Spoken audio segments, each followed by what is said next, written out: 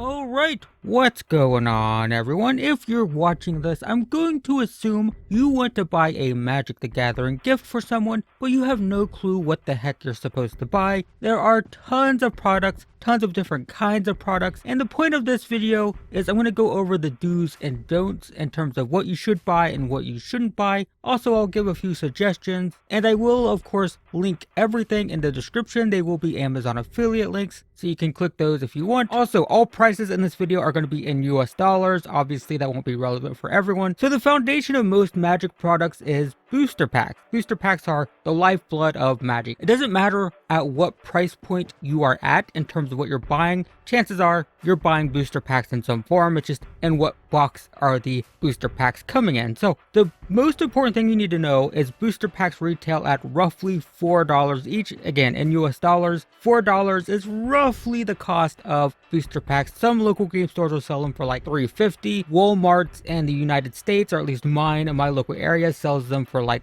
$4.50, $4.25, something like that. But that gives you a rough idea of, how to assess a product. Like if a product has 10 booster packs, then that's roughly $40 worth of booster packs, and that should give you an idea of how much that product should cost. So just remember, $4 USD per pack is what you should expect to spend on most products. Now, the big problem is if you go on Amazon right now and search booster packs, you will get hundreds of results. So which ones should you buy? Well, I highly recommend sticking to standard legal sets, which currently consist of Zendikar Rising, Ikoria, Lair of Behemoths, Theros Beyond Death, Throne of Eldraine, and Core 2021. Now, keep in mind, there are multiple Zendikar sets, there are multiple Theros sets. You specifically want Zendikar Rising and Theros Beyond Death. So the reason I suggest sticking to these sets is because they are universally useful. There are other sets that might be better suited for specific players, like Double Masters and Commander Legends, for example.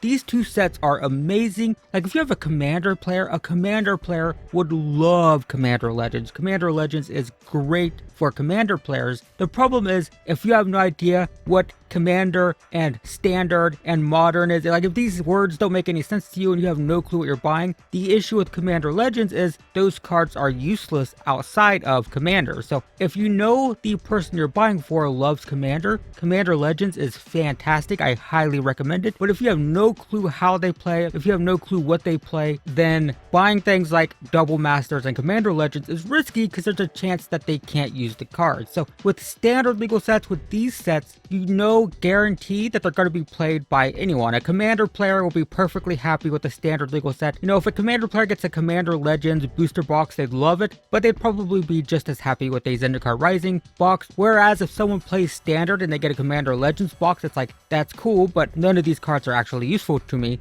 So standard legal sets are just universally played, and you know that the person is going to be able to use the cards in them. And again, if you know that the person plays Commander, definitely check out Commander Legends products, but only buy that if you know for sure that they play Commander. And for the same reason, or for the opposite reason, I guess, I would avoid buying pre-constructed decks of any kind. There are Planeswalker decks, there are Challenger decks, there are Commander decks, and all of these are designed for very specific players. So once again, if you know the person plays Commander, buying them a Commander deck is perfect. I would highly recommend doing that. However, if you don't know what these formats mean, then buying a Commander deck for a Standard player is going to be relatively useless. I mean, they could use it to start playing Commander, to be fair, but just keep in mind that these pre-constructed decks are designed with specific players in mind, and so there is a chance that you will buy a type of deck that isn't right for the player that you're buying for. So these products are great. In fact, I think the best products that Wizards of the Coast makes are these three products. Challenger decks are, in my opinion, the best product that Wizards of the Coast makes, just because they're so good for Friday Night Magic players and for local game stores. And Commander decks are amazing. Commander players love them, but again, specific players that, you might buy them for the wrong person who doesn't care about that format. So I recommend sticking to standard legal sets,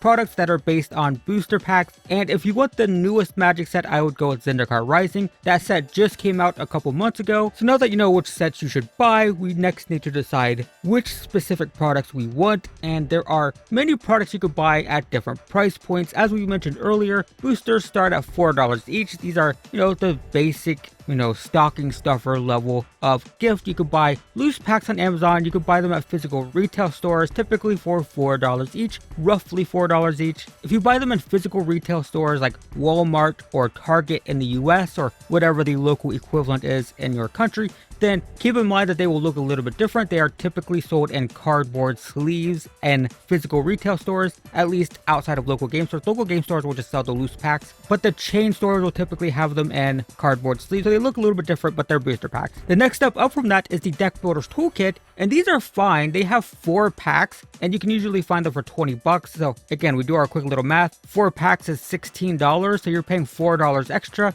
and you get like a box and, some lands and stuff. It's okay. I don't think these are bad. The biggest issue with them is the packs are random. So if you bought like a Zendikar Rising Deck Builder Toolkit, is there even a, I'll put it on screen if there is. I don't know if there is a Zendikar Rising Deck Builder Toolkit because they don't produce them for every single set. But like if you bought a Zendikar Rising Deck Builder Toolkit, it won't come with just Zendikar Rising packs. It's just a random assortment. So I do recommend buying these from the newest set possible, just to ensure that the packs are relevant. Like if you bought a Throne of Eldraine Deck Builder's Toolkit, it could have like Guilds of Ravnica in it, and that set's out of standard. Again, that might not be relevant. Maybe people don't play standard, so it's fine. But no, if you're trying to stick to standard legal sets, which I recommend, I would recommend buying the most recent Deck Builder's Toolkit you can, and I'll put on screen whichever one is the most recent. Next up from that is the highly coveted bundle, the Magic the Gathering bundle. Magic players love these. They contain 10 packs, as well as some extra goodies, including a storage box, a D20 die, a land pack. So 10 boosters would normally cost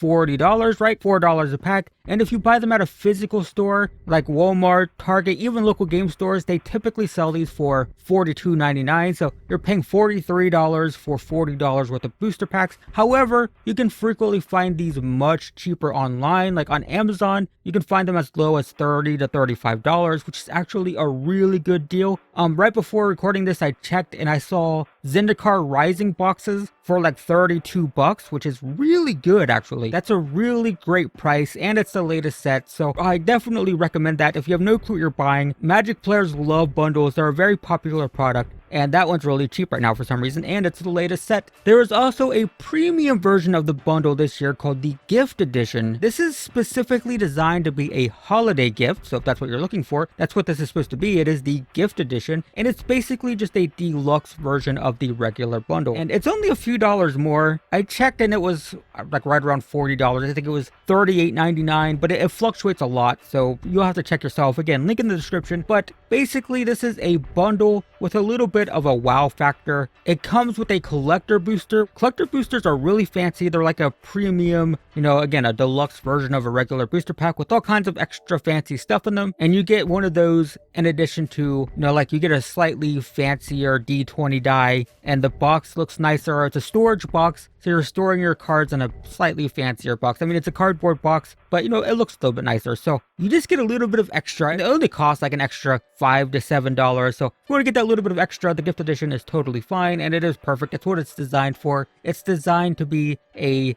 holiday gift, and I actually think it's a great deal. Much better than the old gift packs that we used to have. Those were terrible, but these are totally fine in my opinion. Next up from bundles is the booster box, and this is literally just a big box of booster packs. However, you get a pretty steep discount for buying in bulk. They contain 36 booster packs, so that's $150 worth of packs normally, but you can usually buy these for around $100. Anywhere from like 90 on the low end to 110 on the high end, but they move around right around that area. So you're getting $150 worth of packs for much cheaper just by buying a giant box. This is obviously a little bit high for some people. Not everyone wants to spend $100 on a gift, but it is like the best deal. You can even buy these if you want to buy packs for multiple people. Like say you have 3 people you want to buy for, you can buy one of these, split the packs up, 12 a piece, and you're getting a discount discount on the packs, so it's really not bad. And for the absolute top end, there are technically collector booster boxes, which are very expensive, premium versions of regular boosters that come with all kinds of fancy alternate versions of regular Magic cards. Now what's funny about these is technically you get less boosters in a box. You only get 24 instead of 36, and it's much more expensive. So you are paying a very premium price for these booster boxes, but they're very fancy. They have tons of foils. There's nothing unique about these. There's no cards in them that don't come outside of them. I think technically you can get like some promos that don't exist in